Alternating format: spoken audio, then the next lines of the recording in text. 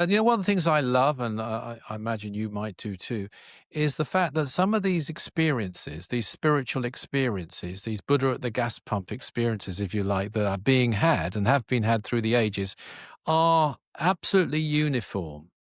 Okay, you can have all your dogmas, you have your different religions and your different sets of mindsets and all the rest of it, but the actual experiences, whether it be Hildegard of Bingen or whether it be a yogi in the Himalayas, or whether it be Wordsworth writing a poem on Tinton Abbey, they are having, and they're using different descriptive terminologies, but they're having the same exact experiences, which shows the universality of it. It's above dogma. It's above even any particular one religion. It's a universal path, if you like, a universal journey, a cosmic journey. Yeah. And it's not necessary to believe in any of this stuff. I mean, I like to, I often quote Aldous Huxley, who said that the greatest advance of the scientific age, or greatest contribution, was the development of the working hypothesis. And I think you can apply that to all the spiritual concepts. Take them as working hypotheses. Indeed. Don't reject them. Don't I'm believe them. always saying that. Yeah, Yeah. I think that's very important. And people are having experiences that they don't understand.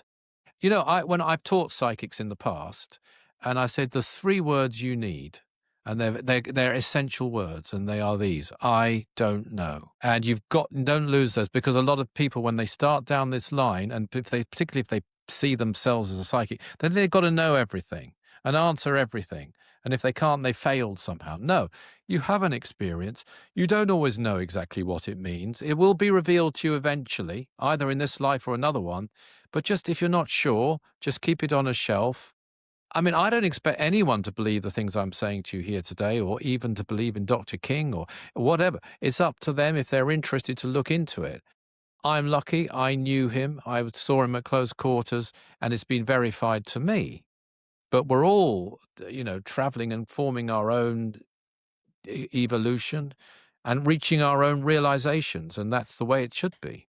Yeah. And when you say, I don't know, that's not an absolute statement. It's like, like, for instance, if I said, do UFOs exist? You wouldn't say, I don't know. You'd say, yeah, I think they do. And there's this evidence and that evidence. And so obviously the word belief is not really in the scientific lexicon, but the degrees of certainty, you could say, based upon empirical evidence. I do. I'm sure I've experienced certainty now. And so I do think somatic states, for example, bring you a certainty. And I think there's certain things you can start to know. No, I'm not. If I've explained it badly, I didn't mean to say we don't know anything. I just mean there are certain experiences that can happen to you that you won't necessarily understand at the time, or certain things can come to you to which you don't know the answer. And that's fine. But for sure, as you go down this path, and particularly as you start to tap into your intuition and it starts to live within you to the point where you can recognize it, if you like, the still small voice within, if you like, you do gain greater and greater certainty of various things. And if you enter higher states of consciousness, there are things you'll know, and that's for sure.